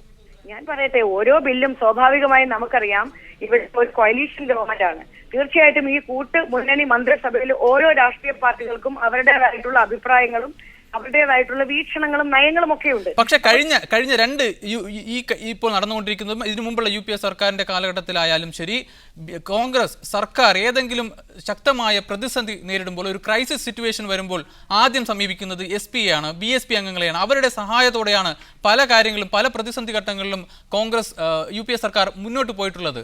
അങ്ങനെയാണെങ്കിൽ പിന്നെ ലോക്പാൽ ബില്ല് പാസ്സാക്കിയെടുക്കുന്ന കാര്യത്തിൽ മാത്രം എന്താണ് ഇത്ര അലംഭാവം? ഞാൻ പറയട്ടെ, SP BSP എന്നുള്ളതല്ല, ഈ മുന്നണി മന്ത്രിസഭയിലെ ചെറുതും വലുതുമായ എല്ലാ കക്ഷികൾക്കും ഒരേപോലെയുള്ള പ്രാധാന്യം കൊടുത്തുകൊണ്ടാണ് കോൺഗ്രസ് പോകുന്നത്. ഇപ്പൊ ലോക്പാൽ ബില്ലിനെ സംബന്ധിച്ച് പറയുന്ന വനിതാ സംവരണ ബില്ലുമായി ബന്ധപ്പെട്ട് ഒരുപാട് തരത്തിലുള്ള പ്രയാസങ്ങൾ നിലനിൽക്കുന്നുണ്ട്. അപ്പോൾ ഇതിനുവേണ്ടിയുള്ള സമവായത്തിന് വേണ്ടി കോൺഗ്രസ് എല്ലാ കാലത്തും ശ്രമിക്കുന്നുണ്ട് എന്നുള്ളതും ശ്രീമതി സോണിയാഗാന്ധി കോൺഗ്രസിന്റെ അധ്യക്ഷ എന്നുള്ള നിലയിൽ, UPAയുടെ ചെയർപേഴ്സൺ എന്നുള്ള നിലയിൽ സമവായത്തിന് വേണ്ടിയുള്ള ശക്തമായ ഇടപെടലുകൾ നടത്തുന്നുണ്ട് എന്നുള്ളത് ഒരു വസ്തുത തന്നെയാണ്. ഇപ്പോ അഴിമതി വിരുദ്ധ നിലപാട് പറയുന്ന BJPയുടെ അഴിമതി കഥ, അതല്ലെങ്കിൽ CPMന്റെ, നമുക്കറിയാം നമ്മുടെ സംസ്ഥാനത്ത് തന്നെ ശ്രീ പിണറായി വിജയൻ 79 കോടി രൂപ SNC ലാബിനുമായി ബന്ധപ്പെട്ട് നമ്മുടെ സംസ്ഥാനത്തുള്ള ഈ അഴിമതി കഥ പുറത്തു വന്നതിന് ശേഷം നമ്മുടെ നാട്ടിൽ അരങ്ങേറിയിട്ടുള്ള നാടകീയമായിട്ടുള്ള രംഗങ്ങളെ കുറിച്ചറിയാം. അപ്പൊ CBI അന്വേഷണം നടത്തണമെന്ന് പറഞ്ഞ ഒരു ജഡ്ജിയെ പോലെ പ്രതീകാത്മകമായി നാട് കടത്തിയിട്ടുള്ള CPMന്റെ ആളുകളാണ് പറയുന്നത് അഴിമതി വിരുദ്ധ നിലപാടാണ് ഞങ്ങൾക്കെന്ന്. അപ്പൊ അഴിമതി വിരുദ്ധ നിലപാടിന്റെ വക്താക്കളായി CPMനോ BJPക്കോ വരാൻ അവകാശമില്ല. തീർച്ചയായും അഴിമതിക്കെതിരായിട്ടുള്ള ശക്തമായ നിലപാടെടുത്തിട്ടുള്ള രാഷ്ട്രീയ പാർട്ടി കോൺഗ്രസ് തന്നെയാണ്. കർണാടകത്തിൽ നമ്മൾ കണ്ടല്ലോ, അഴിമതി വിരുദ്ധ നിലപാടെടുത്തുകൊണ്ട് ജനകീയ പ്രശ്നങ്ങൾ ഏറ്റെടുത്തുകൊണ്ട് മുന്നോട്ട് പോയത് കൊണ്ടാണ് കോൺഗ്രസിന് അവിടെ വിജയിച്ചു വരാൻ കഴിഞ്ഞിട്ടുള്ളത്. അപ്പൊ BJPക്ക് പറയാൻ കഴിയില്ല. ഇപ്പൊ രാഷ്ട്രീയ പാർട്ടികളുടെ കൂട്ടുമുന്നണി മന്ത്രിസഭ എന്നുള്ള നിലയിൽ, അല്ലെങ്കിൽ കൂട്ടുമുന്നണി ഗവൺമെന്റ് എന്നുള്ള നിലയിൽ കൂട്ടായി ആലോചന നടത്തുമ്പോൾ ഓരോ രാഷ്ട്രീയ പാർട്ടികൾക്ക് ഒരുപക്ഷെ വ്യക്തമായ അഭിപ്രായങ്ങൾ ഉണ്ടാകുക സ്വാഭാവികമാണ്. തീർച്ചയായും ആ അഭിപ്രായങ്ങളൊക്കെ തന്നെ സമന്വയത്തിലൂടെ അത് പാസ്സാക്കുന്നതിന് വേണ്ടി പരിശ്രമം കോൺഗ്രസ് നടത്തും. ലോക്പാൽ ബില്ല് ഈ ഗവൺമെന്റ് തന്നെ നടപ്പിലാക്കുമെന്നുള്ളതിന് യാതൊരു സംശയം വേണ്ട. തിരിച്ചുവരാൻ താങ്കളിലേക്ക്. ശ്രീധരൻ പിള്ള, കോൺഗ്രസിനെ മാത്രം ഇക്കാര്യത്തിൽ കുറ്റപ്പെടുത്തുന്നതിൽ അർത്ഥമില്ല എന്നാണ് ഷാനിമോൾ ഉസ്മാൻ പറയുന്നത്. യഥാർത്ഥത്തിൽ ഡൽഹിയിൽ ആം ആദ്മി പാർട്ടി നേടിയ വിജയം, അഴിമതി വിരുദ്ധ മുദ്രാവാക്യം ഉയർത്തിപ്പിടിച്ചുകൊണ്ട് അവിടെ മുന്നോട്ട് വന്നപ്പോൾ കോൺഗ്രസ് കടപുഴകി. മാത്രമല്ല, ഡൽഹിയിൽ BJPക്കും പ്രതീക്ഷിച്ചത്ര സീറ്റുകൾ നേടിയെടുക്കാനായില്ല. വരും കാലഘട്ടങ്ങളിലും ആ ആദ്മി മുന്നോട്ട് വയ്ക്കുന്ന ഈ അഴിമതി വിരുദ്ധ മുദ്രാവാക്യങ്ങൾ, അവരുടെ നിലപാടുകൾ കോൺഗ്രസിനെ പോലെ തന്നെ BJPക്കും ഒരു തടസ്സം സൃഷ്ടിക്കില്ലേ, പ്രതിസന്ധി സൃഷ്ടിക്കില്ലേ? ഏതായാലും ഷാനിമോൾ ഉസ്മാൻ ഞങ്ങളോടുള്ള സ്നേഹവും ബഹുമാനം നിലനിർത്തിക്കൊണ്ട് പറയട്ടെ, അവർ ഈ ചരിത്രമൊക്കെ ഒന്നുകൂടെ പഠിക്കണം. ഇന്ത്യയിലെ ആദ്യത്തെ ധനകാര്യമന്ത്രി ഷൺമുഖം ചെട്ടിയാർ, കോയമ്പത്തൂർകാരൻ, കോൺഗ്രസ് രാജിവെച്ചത്, ധനകാര്യമന്ത്രി രാജിവെച്ചത് അഴിമതിയുടെ പേരിലായിരുന്നു. TT കൃഷ്ണമാചാരി രാജിവെച്ചത് അഴിമതിയുടെ പേരിലായിരുന്നു. ഫിറോസ് ഗന്ധി LIC അഴിമതി നെഹ്റുവിന്റെ മുഖത്ത് നോക്കിക്കൊണ്ട് അന്ന് ചെയ്ത കാര്യം. പിന്നെ കെയ്റോൺ സിംഗ്, ഞാൻ അതിലേക്കൊന്നും വരുന്നത്, നെഹ്റുവാലയുടെ ശബ്ദം, പിന്നെ അത് കഴിഞ്ഞ് പിന്നെ ഇന്ത്യയിലെ 4-3 ഭൂരിപക്ഷം കിട്ടിയ പിന്നെ രാജീവ് ഗാന്ധിയുടെ മന്ത്രിസഭ നിലം പതിക്കാനിടയായത് ജനങ്ങൾ എന്തിന്റെ പേരിലാണെന്ന് നമുക്കറിയാം. ഞാൻ ആ ചരിത്രത്തിലേക്ക് പോകുന്നില്ല, ചരിത്രമൊക്കെ പഠിക്കുന്നത് നല്ലതാണ്. രണ്ടാമത് ഞാനൊരു കാര്യം ചോദിച്ചോട്ടെ, ഇന്ത്യയിൽ ഏതെങ്കിലും ഒരു കമ്മിറ്റി, BJP ഇന്ത്യയിലെ പല സംസ്ഥാനവും ഭരിച്ചിട്ടുണ്ടല്ലോ, കേന്ദ്രവും ഭരിച്ചിട്ടുണ്ട്, ഏതെങ്കിലും ഒരു കമ്മിറ്റി കുറ്റക്കാരായിട്ട് BJPയുടെ ഏതെങ്കിലും ഒരു നേതാവിനെ അഴിമതിക്കാരനായി കണ്ട, ഞങ്ങളുടെ പ്രസിഡന്റ് ആയിരുന്ന ആള് 1 ലക്ഷം രൂപ വാങ്ങിയ ഒരു സംഭവത്തിൽ ശിക്ഷിച്ചത് ഒഴിച്ചാൽ വേറെ ഏതെങ്കിലും ഒരു സംഭവം ആർക്കും ചൂണ്ടിക്കാണിക്കാൻ സാധിക്കില്ല. ഇത് പറയുമ്പോൾ ഷാനിമോൾ ഉസ്മാൻ മറുപടി പറയട്ടെ, ഞാൻ തരാം കമ്മിറ്റികള്, ഏതെങ്കിലും ഒരു കമ്മിറ്റി, ജുഡീഷ്യൽ കമ്മിറ്റി അക്സെപ്റ്റ് ചെയ്യപ്പെട്ട അഴിമതി ആരോപണത്തിൽ എന്തെങ്കിലും നടപടി സ്വീകരിച്ചതായി കോൺഗ്രസ് ഒരു സംഭവം ചൂണ്ടിക്കാണിക്കാൻ സാധിക്കും. അതുകൊണ്ട് ഇവിടെ ലോക്പാൽ ബില്ലിനെ സംബന്ധിച്ചിടത്തോളം ആ ലോക്പാൽ ബില്ല് പരാജയപ്പെടുത്താൻ കഴിഞ്ഞ ഒരു ദശകങ്ങളായി ശ്രമിച്ചു വരുന്നത് കോൺഗ്രസും അതിന്റെ പിന്നിലുള്ള ആൾക്കാരുമാണ്. അഴിമതിയും കോൺഗ്രസും ഒരുപോലെ ഇരട്ടപ്പറ്റ മക്കളെ പോലെയാണ്. താങ്കൾ ചോദിച്ച ഡൽഹിയിലെ തെരഞ്ഞെടുപ്പ്, അത് ഇപ്പോഴത്തെ ആം ആദ്മി പാർട്ടി വരുന്നതിന് മുമ്പും പ്രധാന പ്രതിപക്ഷങ്ങള്, പ്രത്യേകിച്ച് കമ്മ്യൂണിസ്റ്റ് പാർട്ടിയോട് അഭിപ്രായ വ്യത്യാസമുണ്ട്, അവരെ ഞങ്ങൾ 100% എതിർക്കുന്നു. പക്ഷെ കമ്മ്യൂണിസ്റ്റ് പാർട്ടിയും മറ്റു പ്രതിപക്ഷങ്ങളും, ഒരു പ്രതിപക്ഷ പാർട്ടിയും ഇന്ത്യയിൽ അഴിമതിക്കെതിരായ സമരത്തിൽ അതൊരു നിയമനിർമ്മാണങ്ങളിൽ ഒരിക്കലും ഒരു വീഴ്ചയും വരുത്തിയിട്ടില്ല. അത് വേണമെന്ന് ആവശ്യപ്പെട്ടിട്ടുള്ളവരാണ്. പക്ഷെ കോൺഗ്രസ് അങ്ങനെയല്ല, സമർത്ഥമായി വഞ്ചനാപരമായ നിലപാടിലൂടെ ഒരു ഭാഗത്ത് അവർ അഴിമതിക്കെതിരായിട്ട് ഇതുപോലെ പ്രസംഗിക്കും, ഷാനിമോൾ പറഞ്ഞതുപോലെ ജനങ്ങളുടെ മുമ്പാകെ പ്രസംഗിക്കും. പക്ഷെ പ്രവൃത്തിയിൽ വരുമ്പോൾ അവരുടെ നിലപാട് നേരെ ഘടകവിരുദ്ധമാണ്. അതിന്റെ ഏറ്റവും വലിയ ഇരയാണ് ഈ ലോക്പാൽ ബില്ല്. ആ ബില്ലിനെ സംബന്ധിച്ച് അവർക്ക് ആത്മാർത്ഥയില്ല. ശ്രീധരൻപിള്ള, ഒരു കാര്യം കൂടി, അണ്ണാ ഹസാരെ ജൻ ലോക്പാൽ ബില്ലിനായി ഇപ്പോൾ അനിശ്ചിതകാല നിരാഹാര സത്യാഗ്രഹം ആരംഭിച്ചിരിക്കുന്നു. ഈ ശൈത്യകാല സമ്മേളനത്തിൽ ഇത് പാസാക്കി എടുത്തില്ലെങ്കിൽ താൻ ഭക്ഷണം കഴിക്കില്ല എന്ന ഉറച്ച നിലപാടിലാണ് അണ്ണാ ഹസാരെ ഉള്ളത്. ആം ആദ്മി പാർട്ടിയും അദ്ദേഹത്തിന്റെ നിലപാടുകളെ പിന്തുണയ്ക്കുന്നു. എന്തെങ്കിലും കാരണവശാൽ സ്വാഭാവികമായും ഈ ശൈത്യകാല സമ്മേളനം അവസാനിച്ചു കഴിഞ്ഞാൽ ഇനി ഈ ബില്ല് പാസ്സാക്കിയെടുക്കുക ഈ ഗവൺമെന്റിന്റെ സമയത്ത് മറ്റൊരു സമ്മേളനം മാത്രമാണ് വരുന്നത്, അതിൽ ഇത് പാസ്സാകുമോ എന്ന കാര്യത്തിലും ഉറപ്പില്ല. ഏതെങ്കിലും വിധത്തിൽ ഇത് പാസ്സാകാതെ വന്നു കഴിഞ്ഞാൽ മുഴുവൻ രാഷ്ട്രീയ പാർട്ടികളെയും അത് ബാധിക്കില്ല. പ്രത്യേകിച്ചും ആം ആദ്മി പാർട്ടി ഡൽഹി വിട്ടുകൊണ്ട് മറ്റു സംസ്ഥാനങ്ങളിലേക്ക് അവരുടെ രാഷ്ട്രീയമായ വളർച്ച ലക്ഷ്യം വെച്ച് മുന്നോട്ട് വരുന്നു. അണ്ണാ ഹസാരെ ഒരറ്റത്ത് സമരം നടത്തുന്നു.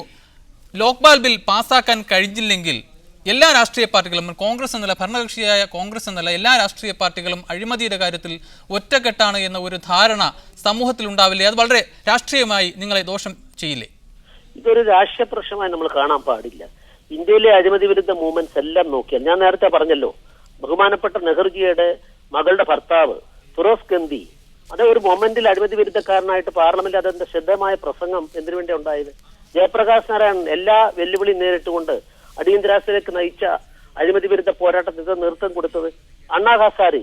ഇതെല്ലാം നമ്മുടെ രാജ്യത്തെ കക്ഷി രാഷ്ട്രീയത്തിന് അപ്പുറത്തുള്ള മൂവ്മെന്റ്സ് ആണ്. കക്ഷി രാഷ്ട്രീയത്തിന് അപ്പുറത്തുള്ള മൂവ്മെന്റ്സ് സ്വാഭാവികമായിട്ടും ഇതിന് നേതൃത്വം ഏറ്റെടുത്തുകൊണ്ട് ജനങ്ങളെ സമാഹരിക്കുന്നു, സംഘടിപ്പിക്കുന്നു. പക്ഷെ ചരിത്രത്തിൽ ആദ്യമായി അതൊരു പൊളിറ്റിക്കൽ മുതലെടുപ്പിന് വേണ്ടി ഒരു രാഷ്ട്രീയ പാർട്ടിയായി രൂപാന്തരപ്പെട്ട ഡൽഹിയിലാണ്, ആം ആദ്മി പാർട്ടിയുടെയാണ്. അതുകൊണ്ട് അവരുടെ പൊളിറ്റിക്കലായിട്ട് അവർ ഡിസൈഡ് ചെയ്ത് പൊളിറ്റിക്കലായിട്ട് അവർ ചെയ്യട്ടെ. അതേസമയത്ത് ഇത്തരം കാര്യങ്ങളെല്ലാം തന്നെ അഴിമതി വിരുദ്ധ പോരാട്ടത്തിന് പരിപോഷിപ്പിക്കുന്നതാണ്. ആ നിലക്ക് BJP ഇതിനെല്ലാം ഞങ്ങളാരും അണ്ണാ ഹസാരെയോ ആം ആദ്മി പാർട്ടി ആരെയും എതിർക്കുന്നില്ല. പക്ഷേ ഒരു നിയമനിർമ്മാണത്തെ സംബന്ധിച്ചിടത്തോളം ആ നിയമനിർമ്മാണത്തിന് ഭരണകൂടം ട്രഷറി ബെഞ്ചിൽ നിന്ന് അവരാണ് കാര്യമായി ചെയ്യേണ്ടത്. അവർ ഒത്തുകളിച്ചാൽ, കള്ളക്കളി കളിച്ചാൽ അത് തീർച്ചയായിട്ടും അത് പാസ്സാക്കിയെടുക്കാൻ ഒരിക്കലും സാധിക്കില്ല. ഒരിക്കൽ കൂടി MP അച്യുതനിലേക്ക്. ശ്രീ അച്യുതൻ, ശ്രീധരൻപിള്ളയോട് ചോദിച്ച ചോദ്യം തന്നെ താങ്കളോടും ആവർത്തിക്കുകയാണ്. ഈ ബില്ല് പാസ്സാക്കി എടുക്കാൻ കഴിഞ്ഞെങ്കിൽ പൊതുവെ അഴിമതി വിരുദ്ധരെന്ന് പേരുള്ള അല്ലെങ്കിൽ ആ രീതിയിൽ പരിഗണിക്കപ്പെടുന്ന ഇടതു പാർട്ടികൾക്ക് ഇതുണ്ടാക്കുന്ന ക്ഷീണം, രാഷ്ട്രീയമായ ക്ഷീണം വലുതായിരിക്കില്ലേ? ഇല്ല, ഇടതുപക്ഷ പാർട്ടികളെയല്ലേ പ്രതിപക്ഷത്തെ എങ്ങനെയാണ് ഇത് ബാധിക്കുക? ഞങ്ങൾ ഈ ബില്ലിനെ എതിർക്കുന്നില്ല. ഞങ്ങൾ തുടക്കം മുതൽ ഈ ബില്ല് നടപ്പാക്കണം, ഇത് ശക്തിപ്പെടുത്തണം. 2 വർഷം മുമ്പ് ഈ ബില്ല് അവതരിപ്പിച്ചപ്പോൾ നിങ്ങൾ ഓർക്കുന്നുണ്ടാകും, പ്രധാനമന്ത്രിയെ ഇതിൽ ഉൾപ്പെടുത്തിയിരുന്നില്ല. സംസ്ഥാനങ്ങളുടെ അധികാരങ്ങളെ കടന്നു കയറിയിരുന്നു. CBI ഉദ്യോഗസ്ഥൻ അന്വേഷണം തുടങ്ങിയാൽ ആ അന്വേഷണ ഉദ്യോഗസ്ഥനെ മാറ്റാൻ ഗവൺമെന്റിന് അധികാരമുണ്ടായിരുന്നു. ഇത്തരം വ്യവസ്ഥകളൊക്കെ ആയിരുന്നു ആദ്യം കൊണ്ടുവന്നത്. അതിനെയൊക്കെ പ്രതിപക്ഷം അതിശക്തമായി എതിർത്ത് പരാജയപ്പെടുത്തി. ഇപ്പോൾ പുതുതായി കൊണ്ടുവന്ന ബില്ലിൽ പ്രധാനമന്ത്രിയെ ഉൾപ്പെടുത്താൻ സമ്മതിച്ചു. സംസ്ഥാനങ്ങളിൽ ലോകായുക്തം ഉണ്ടാക്കുന്നതിന് സംസ്ഥാന നിയമസഭകൾക്ക് അധികാരമുണ്ടെന്ന് വ്യവസ്ഥ ചെയ്തു. ഒരു ഉദ്യോഗസ്ഥൻ, ഇത് അന്വേഷണം നടത്തുന്ന ഉദ്യോഗസ്ഥനെ മാറ്റാൻ ലോക്പാലിൻ്റെ അനുമതിയില്ലാതെ പാടില്ല എന്ന് വ്യവസ്ഥ ചെയ്തു. ഇതൊക്കെ ഇടതുപക്ഷം ഉൾപ്പെടെയുള്ള പ്രതിപക്ഷം നടത്തിയ ശക്തമായ സമരത്തിൻ്റെ ഫലമാണ്. ഞങ്ങൾ ഈ ലോക്പാലിനെ കൂടുതൽ ശക്തിപ്പെടുത്താൻ, കൂടുതൽ കാര്യക്ഷമമാക്കുന്നതിന് വേണ്ടിയാണ് തുടക്കം മുതൽ പൊരുതിയത്. സമയക്കുറവ് മൂലം ഇടപെടുകയാണ്. ലോക്പാൽ ബിൽ ഒരിക്കൽ കൂടി ചർച്ചാ വിഷയമാവുകയാണ്. പ്രത്യേകിച്ചും ഡൽഹിയിലെ ആം ആദ്മി പാർട്ടി നേടിയ മിന്നുന്ന വിജയത്തോടു കൂടി. എന്നാൽ ഇക്കാര്യത്തിൽ ഇത് ബില്ല് പാസ്സാക്കിയെടുക്കുന്ന കാര്യത്തിൽ കോൺഗ്രസ് ഉൾപ്പെടെയുള്ള രാഷ്ട്രീയ പാർട്ടികൾ എത്രത്തോളം ആത്മാർത്ഥത കാണിക്കുന്നു എന്ന വിഷയമാണ് ന്യൂസ് മിഡിൽ ഈസ്റ്റ് പരിശോധിച്ചത്. ചർച്ചയിൽ പങ്കെടുത്ത MP അച്യുതൻ, MP ശ്രീധരൻപിള്ള, ഒപ്പം ഷാനിമോൾ ഉസ്മാൻ, അതിഥികൾക്ക് നന്ദി. ന്യൂസ് മിഡിൽ ഈസ്റ്റ് ഒരു ചെറിയ ഇടവേളയ്ക്ക് തിരിച്ചു വരാം. നമസ്കാരം. വാർത്തകൾ തുടരുന്നു. ജമാഅത്തെ ഇസ്ലാമിയുടെ മുതിർന്ന നേതാവ് അബ്ദുൽ ഖാദർ മുല്ലയെ തൂക്കിലേറ്റിയതിനെ തുടർന്ന് ബംഗ്ലാദേശിൽ സംഘർഷം രൂക്ഷമാവുന്നു. നടപടിയിൽ പ്രതിഷേധിച്ച് ഡിസംബർ 15-ന് രാജ്യവ്യാപക പണിമുടക്കിന് ജമാഅത്തെ ഇസ്ലാമി ആഹ്വാനം ചെയ്തു. സർക്കാർ നടപടിയെ ബംഗ്ലാദേശ് ജമാഅത്തെ ഇസ്ലാമി നിശിതമായാണ് വിമർശിച്ചത്. ഏറ്റവും പ്രാകൃതവും ഹീനവുമായ കൊലപാതകമെന്നാണ് വധശിക്ഷയെ ജമാഅത്തെ ഇസ്ലാമി വിശേഷിപ്പിച്ചത്. നീതിയുക്തമായ അന്വേഷണമോ വിചാരണയോ നടത്താതെ മുൻകൂട്ടി തയ്യാറാക്കിയ പദ്ധതി പ്രകാരമാണ് ശിക്ഷ നടപ്പാക്കിയത്. ഇസ്ലാമിക നിയമം സ്ഥാപിച്ചുകൊണ്ടായിരിക്കും രാജ്യം ഇതിനോട് പ്രതികാരം ചെയ്യുകയെന്ന് ജമാഅത്തെ ഇസ്ലാമി ആക്ടിംഗ് അമീർ മഖ്ബൂൽ അഹമ്മദ് പ്രഖ്യാപിച്ചു. അതേസമയം അക്രമത്തിലേക്ക് നീങ്ങരുതെന്നും പ്രതിഷേധം സമാധാനപരമായിരിക്കണമെന്നും അമീർ അണികളോട് ആഹ്വാനം ചെയ്തു. ഡിസംബർ 15-ന് രാജ്യവ്യാപക പ്രക്ഷോഭം നടത്താൻ ജമാഅത്ത് ആഹ്വാനം ചെയ്തിട്ടുണ്ട്. രാജ്യത്ത് ഇസ്ലാമിക മുന്നേറ്റത്തിന് നേതൃത്വം വഹിച്ചതിന് ദൈവം നൽകിയ അനുഗ്രഹമാണ് രക്തസാക്ഷിത്വമെന്ന് അബ്ദുൽ ഖാദർ മുല്ല പറഞ്ഞതായി തൂക്കിലേറ്റപ്പെടുന്നതിന് മുമ്പ് അദ്ദേഹത്തെ സന്ദർശിച്ച കുടുംബാംഗങ്ങൾ മാധ്യമങ്ങളെ അറിയിച്ചു. വധശിക്ഷ അന്താരാഷ്ട്ര തലത്തിലും വിമർശനത്തിനിടയാക്കി. രാഷ്ട്രീയ പ്രതികാര നടപടികൾക്ക് കോടതിയെ ദുരുപയോഗം ചെയ്യുകയാണ് ഭരണകൂടമെന്നും വിചാരണ നടപടികൾ നീതിപൂർവമല്ലെന്നും സ്വതന്ത്ര നിരീക്ഷകർ വിമർശിക്കുന്നു. മുല്ലയുടെ വധശിക്ഷയെ സ്വാഗതം ചെയ്തും നിരവധി പേർ ഇന്നലെ തെരുവിലിറങ്ങി. 1971 ബംഗ്ലാദേശ് വിമോചന കാലത്തെ യുദ്ധക്കുറ്റങ്ങളിൽ പങ്കുണ്ടെന്നാരോപിച്ചാണ് മുല്ലയെ ഇന്നലെ രാത്രി ധാക്കയിലെ ജയിലിൽ തൂക്കിലേറ്റിയത്. News desk media 1. Abdul Khader മുല്ലയുടെ വധശിക്ഷയെ തുടർന്ന് സംഘർഷം വ്യാപകമായിരിക്കുകയാണ് ബംഗ്ലാദേശിൽ. അവാമി ലീഗ് പ്രവർത്തകരും പ്രതിപക്ഷ പാർട്ടികളുടെ പ്രവർത്തകരും തമ്മിലുണ്ടായ സംഘർഷങ്ങളിൽ 4 പേർ കൊല്ലപ്പെട്ടു. അടുത്ത മാസം നടക്കുന്ന തെരഞ്ഞെടുപ്പ് പ്രക്രിയയുമായി മുന്നോട്ടു പോകുമെന്ന് അവാമി ലീഗ് നേതാവും പ്രധാനമന്ത്രിയുമായ ഷെയ്ഖ് ഹസീന പ്രഖ്യാപിച്ചു. എന്നാൽ ഹസീന രാജിവെച്ച് ഇടക്കാല സർക്കാരിന് കീഴിലല്ലാതെ തെരഞ്ഞെടുപ്പിൽ പങ്കെടുക്കില്ലെന്ന് മുഖ്യ പ്രതിപക്ഷ കക്ഷിയായ ബംഗ്ലാദേശ് നാഷണൽ പാർട്ടി നേതാവ് ഖാലിദ സിയയും പറഞ്ഞു. ഇതോടെ രാജ്യത്ത് സംഘർഷം കൂടുതൽ രൂക്ഷമാകുമെന്ന ആശങ്ക ഉയർന്നിട്ടുണ്ട്. അബ്ദുൽ ഖാദർ മുല്ലയെ വധശിക്ഷയ്ക്ക് വിധേയനാക്കിയതിലൂടെ ബംഗ്ലാദേശ് സർക്കാർ ജനാധിപത്യത്തെയാണ് തൂക്കിലേറ്റിയതെന്ന് ജമാഅത്ത് ഇസ്ലാമി കേരള അമീർ ടി ആരിഫ് അലി പ്രതികരിച്ചു. ഭീകരവേട്ടയുടെ പേരിൽ ജമാഅത്ത് സാമ്രാജ്യത്വ ശക്തികൾ ആഗോളതലത്തിൽ നടത്തിക്കൊണ്ടിരിക്കുന്ന ജനാധിപത്യ ധ്വംസനങ്ങളുടെ തുടർച്ചയാണിതെന്നും അമീർ പ്രസ്താവനയിൽ പറഞ്ഞു. വധശിക്ഷയ്ക്കെതിരെ ജമാഅത്തെ ഇസ്ലാമി സോളിഡാരിറ്റി പ്രവർത്തകർ സംസ്ഥാനത്തിന്റെ വിവിധ ഭാഗങ്ങളിൽ പ്രതിഷേധ പ്രകടനങ്ങൾ നടത്തി. ഒമാനിലെ ഇന്ത്യൻ സ്കൂൾ ഡയറക്ടർ ബോർഡ് തെരഞ്ഞെടുപ്പ് അടുത്ത മാസം 18-ന് നടക്കും. ഒമാനിലെ ഇന്ത്യൻ സ്കൂൾ ഡയറക്ടർ ബോർഡിലേക്ക് ഇത് 2ാം തവണയാണ് തെരഞ്ഞെടുപ്പ് നടക്കുന്നത്. രാജ്യത്തെ 19 ഇന്ത്യൻ സ്കൂളുകളെ നിയന്ത്രിക്കുന്ന സമിതിയാണെങ്കിലും മസ്കത്ത് ഇന്ത്യൻ സ്കൂളിലെ രക്ഷിതാക്കൾക്ക് മാത്രമേ ബോർഡിലേക്ക് മത്സരിക്കാൻ കഴിയൂ. ഈ സ്കൂളിലെ 7000-ഓളം വരുന്ന രക്ഷിതാക്കൾക്ക് മാത്രമേ വോട്ടവകാശമുള്ളൂ. 5 പേരെയാണ് രക്ഷിതാക്കൾ തിരഞ്ഞെടുക്കേണ്ടത്. എന്നാൽ ഒരാൾക്ക് ഒരു സ്ഥാനാർത്ഥിക്ക് മാത്രമേ വോട്ട് രേഖപ്പെടുത്താനാകൂ. ഒമാനിലെ ഇന്ത്യൻ സ്കൂളുകളിലേക്കുള്ള തെരഞ്ഞെടുപ്പിൻ്റെ ഭരണഘടന തന്നെ അശാസ്ത്രീയമാണ്. യഥാർത്ഥത്തിൽ ഇന്ന് ഒമാനിലുള്ള 19 ഇന്ത്യൻ സ്കൂളുകളിലെ 13 ഇന്ത്യൻ സ്കൂളുകളും ഇൻറ്റീരിയറിലുള്ളതാണ്. ആ ഇൻറ്റീരിയറിലുള്ള വിദ്യാർത്ഥികളുടെ അല്ലെങ്കിൽ രക്ഷകർത്താക്കളുടെ ശബ്ദം ഈ ഡയറക്ടർ ബോർഡിൽ എത്തണമെന്നുണ്ടെങ്കിൽ അറ്റ്ലീസ്റ്റ് ഒരു 2 പ്രതിനിധികളെങ്കിലും ഈ ഇൻറ്റീരിയർ സ്കൂളുകളിൽ നിന്നും തന്നെ ഉണ്ടായിരിക്കണം. രക്ഷിതാക്കളുടെ പ്രതിനിധിയായി തെരഞ്ഞെടുക്കപ്പെടുന്ന 5 പേരിൽ ഒരാൾ ബോർഡിൻ്റെ ചെയർമാനാകും. 15 അംഗ ബോർഡിൽ നഗരത്തിലെ സ്വകാര്യ പങ്കാളിത്തമുള്ള 2 സ്കൂളുകളുടെ പ്രതിനിധികൾ നാമനിർദ്ദേശം ചെയ്യപ്പെടും. എംബസി നാമനിർദ്ദേശം ചെയ്യുന്ന 2 അംഗങ്ങളും ഒരു ഉദ്യോഗസ്ഥനും ബോർഡിലെത്തും. പക്ഷേ മസ്കത്ത് നഗരത്തിന് പുറത്തുള്ള 13 ഇന്ത്യൻ സ്കൂളുകൾക്കും ബോർഡിൽ യാതൊരു പ്രാതിനിധ്യവുമില്ല. ഈ ബോർഡാണ് രാജ്യത്തെ മുഴുവൻ സ്കൂളുകളുടെയും ഭരണസമിതിയെ നിശ്ചയിക്കുക എന്നതാണ് വിചിത്രം. ഇതിനൊരു പരിഹാരം വേണമെന്നുണ്ടെങ്കിൽ എംബസി നോമിനേറ്റ് ചെയ്യുന്ന 2 മെമ്പേഴ്സെങ്കിലും ഇന്ത്യൻ സ്കൂൾ ഇൻറ്റീരിയേഴ്സിൽ നിന്നുള്ളവരായിരിക്കണം. എങ്കിൽ മാത്രമേ അവരുടെ വോയിസ് ബോർഡിലുണ്ടാവുകയുള്ളൂ. 2 വർഷമാണ് ബോർഡിൻ്റെ കാലാവധി. നാമനിർദ്ദേശ പത്രിക സമർപ്പിക്കാനുള്ള അവസാന ദിവസമായ ശനിയാഴ്ച പിന്നിടുന്നതോടെ മത്സരത്തിൻ്റെ ചിത്രം വ്യക്തമാകും. Shinod Shamsuddin, media 1, Muscat. വികസനത്തിന്റെ കുതിച്ചുചാട്ടത്തിനൊരുങ്ങുകയാണ് കുവൈറ്റ്. കുവൈത്തിൽ പുതിയ വിമാനത്താവള ടെർമിനലിന്റെയും അൽ സൂർ പവർ സ്റ്റേഷനെയും നിർമ്മാണം ഉടൻ ആരംഭിക്കും. പവർ സ്റ്റേഷൻ പദ്ധതിയുടെ സാമ്പത്തിക കരാർ ഇതിനകം നിലവിൽ വന്നു. നിലവിൽ രാജ്യത്തെ ഏക അന്താരാഷ്ട്ര വിമാനത്താവളത്തിൽ അവധിക്കാലങ്ങളിൽ വൻ തിരക്കാണ് അനുഭവപ്പെടുന്നത്. ഇത് മുന്നിൽ കണ്ടാണ് പുതിയ ടെർമിനൽ നിർമ്മിക്കാനുള്ള നിർദ്ദേശത്തിന് മന്ത്രിസഭ നേരത്തെ അംഗീകാരം നൽകിയത്. മറ്റു രാജ്യങ്ങളിലേക്കുള്ള കുവൈറ്റിന്റെ ഗേറ്റ് വേ ആയി മാറുമെന്ന് പ്രതീക്ഷിക്കപ്പെടുന്ന ടെർമിനൽ നിർമ്മാണം 2016 പൂർത്തിയാകുമെന്നാണ് പൊതുമരാമത്ത് വകുപ്പിന്റെ പ്രതീക്ഷ. 900 മില്യൺ ദിനാറാണ് പദ്ധതിയുടെ മതിപ്പ് ചെലവ്. പദ്ധതിക്കായുള്ള ടെൻഡർ ഉടൻ ഉണ്ടാകുമെന്നാണ് അറിയുന്നത്. 90 ലക്ഷം യാത്രക്കാരാണ് കഴിഞ്ഞ വർഷം വിമാനത്താവളം ഉപയോഗപ്പെടുത്തിയത്. യാത്രക്കാരുടെ ബാഹുല്യം പുതിയ ടെർമിനലിന്റെ ആവശ്യകതയാണ് വ്യക്തമാക്കുന്നതെന്ന് സിവിൽ ഏവിയേഷൻ വകുപ്പ് ചെയർമാൻ ഫവാസ് അൽ ഫറഹ് അറിയിച്ചു. യാത്രക്കാരുമായി ബന്ധപ്പെട്ട എല്ലാ സൗകര്യങ്ങൾക്കും പുറമെ 1800 വാഹനങ്ങൾ പാർക്ക് ചെയ്യുന്നതിനുള്ള സൗകര്യവും പുതിയ കെട്ടിട സമുച്ചയത്തോട് അനുബന്ധിച്ചുണ്ടാകുമെന്നും അദ്ദേഹം കൂട്ടിച്ചേർത്തു. മറ്റൊരു വാർത്തയിൽ രാജ്യത്തെ പ്രഥമ സ്വകാര്യ പൊതുമേഖലാ സംയുക്ത സംരംഭമായ North Al Zour power and water distillation പദ്ധതിയുടെ സാമ്പത്തിക കരാറിൽ കുവൈറ്റ് ധനമന്ത്രാലയവും GDF സ്വിസ് കൺസോർഷ്യവും ഒപ്പുവെച്ചു. നാഷണൽ ബാങ്കിന്റെ നേതൃത്വത്തിലുള്ള ബാങ്ക്സ് ഗ്രൂപ്പാണ് പദ്ധതിയുടെ സാമ്പത്തിക കാര്യങ്ങൾ കൈകാര്യം ചെയ്യുന്നത്. 1500 മെഗാവാട്ട് വൈദ്യുതിയും 107 മില്യൺ ഗാലൻ ശുദ്ധജലവും ഉൽപാദനക്ഷമത പ്രതീക്ഷിക്കുന്ന പദ്ധതി 2015ഓടെ കമ്മീഷൻ ചെയ്യാൻ സാധിക്കുമെന്നാണ് അധികൃതരുടെ കണക്കുകൂട്ടൽ. Media 1, Kuwait city. കുവൈത്ത് പൗരന്മാർക്കുള്ള സന്ദർശന വിസ നിയമങ്ങൾ പരിഷ്കരിച്ച നടപടിയെ ഇന്ത്യയിലെ കുവൈത്ത് അംബാസിഡർ സ്വാഗതം ചെയ്തു. കുവൈത്തുമായുള്ള ബന്ധം മെച്ചപ്പെടുത്താൻ ഇന്ത്യ ഗവൺമെന്റിന്റെ ഭാഗത്തുനിന്നുണ്ടായ നീക്കത്തെ കുവൈത്ത് വിലമതിക്കുന്നതായും അദ്ദേഹം പറഞ്ഞു. ചികിത്സ, പഠനം തുടങ്ങിയ ആവശ്യങ്ങൾക്കായി ഇന്ത്യ സന്ദർശിക്കാൻ ആഗ്രഹിക്കുന്ന കുവൈറ്റ് സ്വദേശികളുടെ വിസ നടപടികൾ ലഘൂകരിക്കണമെന്ന് നേരത്തെ തന്നെ ആവശ്യമുയർന്നിരുന്നു. കഴിഞ്ഞ മാസം കുവൈറ്റ് പ്രധാനമന്ത്രി നടത്തിയ ഇന്ത്യ സന്ദർശനത്തിന്റെ തുടർച്ച എന്ന നിലക്കാണ് ഇപ്പോൾ വിസ നടപടികളിൽ പരിഷ്കരണം കൊണ്ടുവന്നിരിക്കുന്നത്. പുതിയ നടപടിക്രമം പ്രകാരം വ്യാപാരാവശ്യാർത്ഥം ഇന്ത്യ സന്ദർശിക്കാൻ ഉദ്ദേശിക്കുന്ന കുവൈറ്റ് പൗരന് 5 വർഷ കാലാവധിയുള്ള മൾട്ടിപ്പിൾ എൻട്രി വിസ ലഭ്യമാകും. വിനോദസഞ്ചാരത്തിനായി എത്തുന്നവർക്ക് 6 മാസവും ചികിത്സ തേടിയുള്ള സന്ദർശനത്തിന് 1 വർഷവും കാലാവധിയുള്ള വിസയാണ് അനുവദിക്കുക. പഠനാവശ്യാർത്ഥം ഇന്ത്യയിലെത്താൻ ആഗ്രഹിക്കുന്നവർക്ക് അതത് കോഴ്സുകളുടെ കാലാവധിക്കനുസരിച്ചുള്ള വിസയാണ് ലഭിക്കുക. ഡിപ്ലോമാറ്റിക്, സ്പെഷ്യൽ, ഒഫീഷ്യൽ പാസ്പോർട്ട് കൈവശമുള്ളവരെ വിസ നടപടികളിൽ നിന്ന് ഒഴിവാക്കണമെന്ന നിർദ്ദേശത്തിൽ ചർച്ചകൾ തുടരുന്നതായും സാമി അൽ സുലൈമാൻ പറഞ്ഞു. ചികിത്സ, പഠനം, വിനോദസഞ്ചാരം എന്നീ ആവശ്യങ്ങൾക്കായി ഇന്ത്യ സന്ദർശിക്കാൻ ആഗ്രഹിക്കുന്ന തന്റെ നാട്ടുകാർക്ക് പരിഷ്കരണം സഹായകമാകുമെന്ന് പറഞ്ഞ അദ്ദേഹം കൂടുതൽ കുവൈറ്റ് വ്യവസായ സംരംഭകരെ ഇന്ത്യയിലേക്ക് ആകർഷിക്കാൻ സാധിക്കുമെന്നും പ്രത്യാശിച്ചു. Muneer Ahmed, media 1, Kuwait city. Saudi അറേബ്യയിൽ ഓട്ടിസം ബാധിച്ച കുട്ടികളെ സംരക്ഷിക്കാൻ പഠന പരിശീലന കേന്ദ്രങ്ങൾ സ്ഥാപിക്കണമെന്ന് രോഗബാധിതരുടെ കുടുംബങ്ങൾ ആവശ്യപ്പെട്ടു.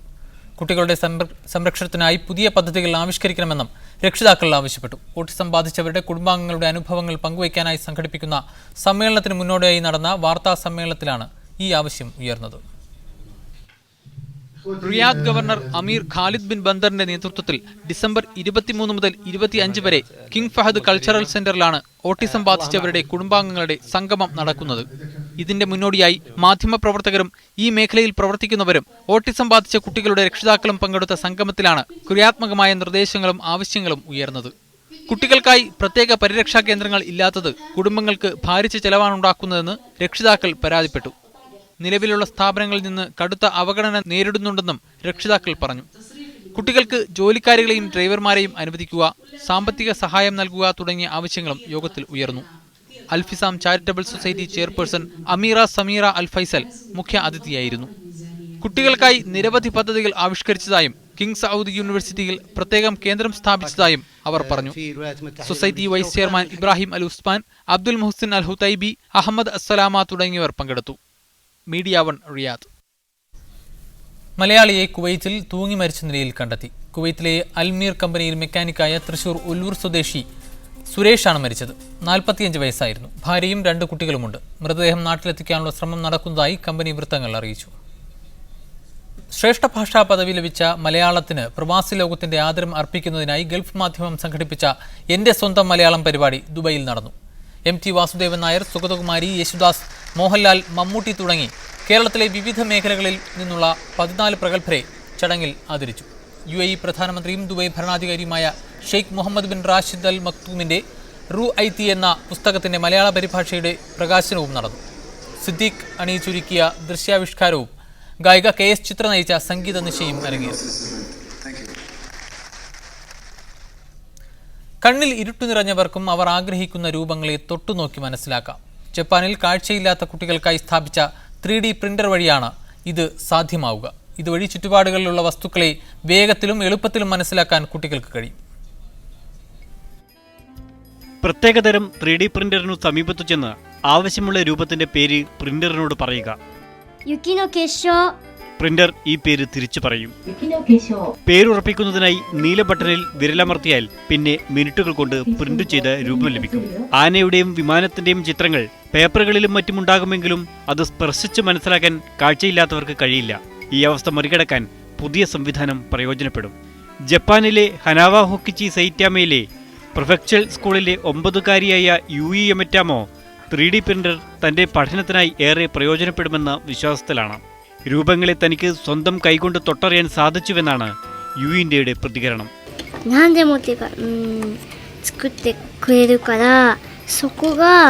കാഴ്ചയുടെ വൈകല്യമുള്ള കുട്ടികൾക്ക് ചെറുതും വലുതുമായ വസ്തുക്കളെ തൊട്ടു പരിചയപ്പെടാൻ ഇതുവഴി സാധിക്കുമെന്ന് പരിശീലകനായ മിനാക്കോ വാക്കിയാമ പറഞ്ഞു.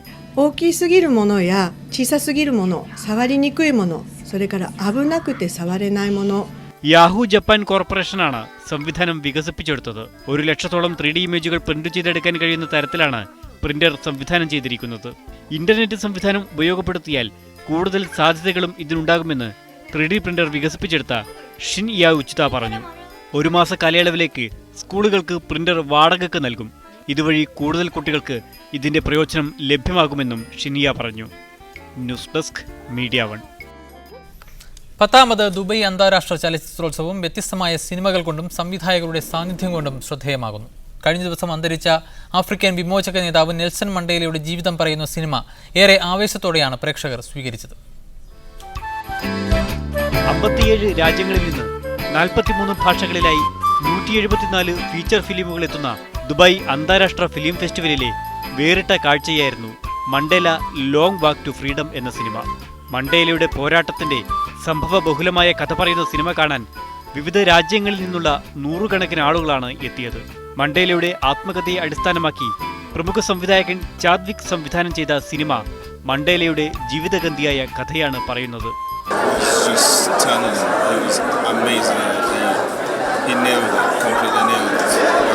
ഈജിപ്ഷ്യൻ രാഷ്ട്രീയത്തെയും ചരിത്രത്തെയും കുറിച്ച് പറയുന്ന അഹമ്മദ് നൂർ സംവിധാനം ചെയ്ത വേവ്സ് എന്ന സിനിമ പ്രമേയം കൊണ്ട് വ്യത്യസ്തമായിരുന്നു. ഈജിപ്ഷ്യൻ രാഷ്ട്രീയത്തിലെ മാറ്റങ്ങളും പ്രതീക്ഷകളുമാണ് സിനിമ പങ്കുവെക്കുന്നതെന്ന് സംവിധായകൻ അഹമ്മദ് നൂർ പറഞ്ഞു. The main concept of the film is to try to figure out the aspects that you need to change inside yourself before to criticize people. 40ഓളം സംവിധായകർ ഉൾപ്പെടെ അറബ് രാജ്യങ്ങളിൽ നിന്നും മാത്രമായി 100ഓളം സിനിമകളും ഫെസ്റ്റിൽ പ്രദർശിപ്പിക്കുന്നുണ്ട്. വൈവിധ്യങ്ങളുടെ പ്രാതിനിധ്യത്തോടെയാണ് ദുബായിയുടെ 10ാമത് അന്താരാഷ്ട്ര ഫിലിം ഫെസ്റ്റിവൽ അരങ്ങേറുന്നത്. ദുബായിൽ നിന്നും ക്യാമറാമാൻ യൂസുഫ് അലിക്കൊപ്പം Haris Arikkulam, media 1. KMCC Riyadh central committee സംഘടിപ്പിച്ച ഇന്റർ സ്കൂൾ ക്വിസ് മത്സരത്തിൽ ഇന്റർനാഷണൽ ഇന്ത്യൻ സ്കൂൾ ചാമ്പ്യന്മാരായി. KMCCയുടെ കലാ സാംസ്കാരിക മേളയായ മെഗാ ഈവന്റ് സീസൺ 2ന്റെ ഭാഗമായാണ് മത്സരം സംഘടിപ്പിച്ചത്. റിയാദിലെ 11 ഇന്ത്യൻ സ്കൂളുകളിൽ നിന്നുള്ള ടീമുകളാണ് മത്സരത്തിൽ പങ്കെടുത്തത്. ഇന്റർനാഷണൽ ഇന്ത്യൻ സ്കൂളിലെ അമീൻ അരിമ്പ്ര, റിച്ചി ജോർജ് എന്നിവരാണ് വിജയികളായത്. ഡൽഹി പബ്ലിക് സ്കൂൾ വിദ്യാർത്ഥികളായ അനീഷ് ഷോം, ഹംസ അലി എന്നിവർ 2ാം സ്ഥാനം നേടി. അൽ യാസ്മിൻ ഇന്റർനാഷണൽ സ്കൂളിലെ ജിനു ജോസ്, നിഹാൽ നയീം എന്നിവർക്കാണ് 3ാം സ്ഥാനം. 10 റൗണ്ടുകളിലായി നടന്ന മത്സരം അൻവർ ഐദീദ് തങ്ങൾ നിയന്ത്രിച്ചു. ബദ്ഹയിലെ റമാദ് ഹോട്ടലിൽ നടന്ന മത്സരം Indian school chairman Niyas Umar ഉദ്ഘാടനം ചെയ്തു. Gulf Madhyamam Riyadh bureau incharge I Sameel, Clickon Nasar, Muhammad Vadakara, Rafeeq Parakkal തുടങ്ങിയവർ സംസാരിച്ചു. വിജയികൾക്ക് KMCC central committee president Kunnumal Koya സമ്മാനങ്ങൾ വിതരണം ചെയ്തു. അധ്യാപകരും രക്ഷിതാക്കളുമടക്കം നിരവധി പേർ മത്സരം വീക്ഷിക്കാനെത്തിയിരുന്നു. ഇതോടൊപ്പം റിയാദിലെ സാമൂഹ്യ പ്രവർത്തകർക്ക് വേണ്ടി നടത്തിയ ക്വിസ് മത്സരവും ശ്രദ്ധേയമായി. Media 1 Riyadh. Riyadh KMCC Malappuram ജില്ലാ കമ്മിറ്റി നടപ്പിലാക്കുന്ന ബൈത്തുർ റഹ്മ ഭവന പദ്ധതിയുടെ പ്രചാരണാർത്ഥം റിയാദിലെത്തിയ മുസ്ലിം ലീഗ് നേതാക്കൾക്ക് സ്വീകരണം നൽകി. മുസ്ലിം ലീഗ് മലപ്പുറം ജില്ലാ പ്രസിഡന്റ് പാണക്കാട് സാദിഖ് അലി ശിഹാബ് തങ്ങൾ, ദേശീയ സെക്രട്ടറി സിറാജ് ഇബ്രാഹിം സെഡ്, മലപ്പുറം ജില്ലാ general secretary P Abdul Hameed എന്നിവരാണ് 3 ദിവസത്തെ സന്ദർശനത്തിനായി റിയാദിലെത്തിയത്. വീട് നിർമ്മാണ fund new Safa Makkah polyclinic manager Muhammad അഷ്റഫിൽ നിന്ന് സ്വീകരിച്ച് സാദിഖ് അലി തങ്ങൾ ഉദ്ഘാടനം ചെയ്തു. സാഹിത്യകാരൻ അബു ഇരിങ്ങാട്ടിരിയുടെ അലിവുമരം എന്ന കഥാസമാഹാരത്തിന്റെയും സാമൂഹ്യ പ്രവർത്തകനും എഴുത്തുകാരനുമായ രായൻകുട്ടി നീറാടിന്റെ മുദ്രകൾ എന്ന കൃതിയുടെയും പ്രകാശനം ജിദ്ദയിൽ നടന്നു. ജിദ്ദയിലെ അക്ഷരസ്നേഹികളുടെ കൂട്ടായ്മയായ ഗ്രന്ഥപുരയാണ് പ്രകാശന ചടങ്ങ് സംഘടിപ്പിച്ചത്. Malayalam news editor Musafir Ahmed, Gulf Madhyamam executive editor VM ഇബ്രാഹിമിന് കോപ്പി നൽകി അലിവുമരത്തിന്റെ പ്രകാശനം നിർവഹിച്ചു. എഴുത്തുകാരി റുബീന നിവാസ്, പ്രൊഫസർ B ഫാത്തിമയ്ക്ക് കോപ്പി നൽകി മുദ്രകളുടെ പ്രകാശനം നിർവഹിച്ചു. വെൽഫെയർ പാർട്ടി ഓഫ് ഇന്ത്യയുടെ കുവൈത്ത് പോഷക ഘടകമായ വെൽഫെയർ കേരള കുവൈത്ത് പ്രവർത്തനം ആരംഭിച്ചു. 2013-14 കാലയളവിലേക്കുള്ള കേന്ദ്ര ഭാരവാഹികളെ നേരത്തെ തെരഞ്ഞെടുത്തിരുന്നു. വെൽഫെയർ പാർട്ടി സംസ്ഥാന പ്രസിഡന്റ് അബ്ദുൽ ഹമീദ് വാണിയമ്പലത്തിന്റെ നേതൃത്വത്തിലായിരുന്നു തെരഞ്ഞെടുപ്പ്. അൻവർ സയ്യിദാണ് പ്രസിഡന്റ്. കൃഷ്ണദാസ്, K അബ്ദുറഹ്മാൻ എന്നിവർ ജനറൽ സെക്രട്ടറിമാരാണ്. E അർഷദാണ് treasurer. PP Abdul Razak, Santhan Chettikad, Abdulla Khadiri, N Abdul Majeed, Laik Ahmed, Aniyan Kunju, Sanoj, Jaison Samuel എന്നിവരാണ് മറ്റ് ഭാരവാഹികൾ. പുതിയ തലമുറയിലെ മലയാളിക്ക് മലയാളം എഴുതാനും വായിക്കാനും കഴിയാതിരിക്കുമ്പോൾ ശ്രേഷ്ഠ ഭാഷാ പദവി കൊണ്ട് മലയാളത്തെ രക്ഷിക്കാമെന്ന് കരുതുന്നത് മണ്ടത്തരമാണെന്ന് എഴുത്തുകാരൻ CV ബാലകൃഷ്ണൻ പറഞ്ഞു. മസ്കത്തിൽ അൽ ബാച്ച് ബുക്സിന്റെ വായനാക്കൂട്ടം ഉദ്ഘാടനം ചെയ്യുകയായിരുന്നു അദ്ദേഹം. ഇന്റർനെറ്റിൽ ചാറ്റ് ചെയ്യാനും SMS അയക്കാനും ഉപയോഗിക്കുന്ന വികലമായ ഭാഷ മതി എന്ന് പലരും വിശ്വസിക്കുന്ന കാലത്താണ് ശ്രേഷ്ഠ ഭാഷാ പദവിയുടെ പേരിൽ നാം അഭിമാനം കൊള്ളുന്നതെന്ന് CV ബാലകൃഷ്ണൻ പറഞ്ഞു. കേന്ദ്ര സർക്കാരിൻ്റെ പ്രഖ്യാപനം കൊണ്ടും 100 കോടിയുടെ ഫണ്ട് കൊണ്ടും ശ്രേഷ്ഠത കൈവന്ന ഭാഷയല്ല മലയാളം. എന്നാൽ ഭാഷയുടെ ശ്രേഷ്ഠത നിലനിൽക്കണമെങ്കിൽ മലയാളിക്ക് മലയാളത്തോടുള്ള സമീപനമാണ് മാറേണ്ടതെന്നും അദ്ദേഹം പറഞ്ഞു. മലയാളി എന്ന് പറയുന്ന സ്വത്വം എന്താണ് ശരിക്കും? എന്താണ് മലയാളി എന്ന് പറയുന്ന സ്വത്വം എന്ന് പറയുന്നത്? നമ്മളെ ഈ ഓണത്തിനും മറ്റ് ദിവസങ്ങളിലും ഈ വിദേശത്തും അതുപോലെ ഇന്ത്യയിലെ മറ്റു നഗരങ്ങളിലും ഈ മുണ്ടൊന്നേരി ചെയ്ത് കൊടുക്കുകയും തിരുവാതിര കളിക്കുകയും ചെയ്യുന്നതാണോ മലയാളിത്വം എന്ന് പറയുന്നത്? അതാണോ മലയാളിത്വം? മലയാളം ഒരു ഭാഷയുണ്ട്, ഏറ്റവും പ്രധാനപ്പെട്ടത് ഭാഷയാണ് അവർ. മലയാള പുസ്തക പ്രേമികൾക്ക് വായിക്കാനും സംവദിക്കാനും വേദിയൊരുക്കുക എന്ന ലക്ഷ്യത്തോടെയാണ് വായനാക്കൂട്ടം സംഘടിപ്പിക്കുന്നതെന്ന് ചടങ്ങിൽ അധ്യക്ഷത വഹിച്ച അൽബാജ് ബുക്സ് MD ഷൗക്കത്ത് അലി പറഞ്ഞു. ഒമാനിലെ ഏക മലയാള പുസ്തക വിതരണ സ്ഥാപനമാണ് അൽബാജ്. അബ്ദുൽ ഷുക്കൂർ, P. കൃഷ്ണദാസ്, നൌഷാദ്, MR ചന്ദ്രശേഖരൻ എന്നിവർ സംസാരിച്ചു. TC സുനിൽ സ്വാഗതവും മനോജ് ബാലകൃഷ്ണൻ നന്ദിയും പറഞ്ഞു. Media 1 Muscat. News and middle east പൂർണ്ണമാകുന്നു. കൂടുതൽ വാർത്തകൾക്കും വീഡിയോകൾക്കും media1tv.in സന്ദർശിക്കാം. ശുഭരാത്രി.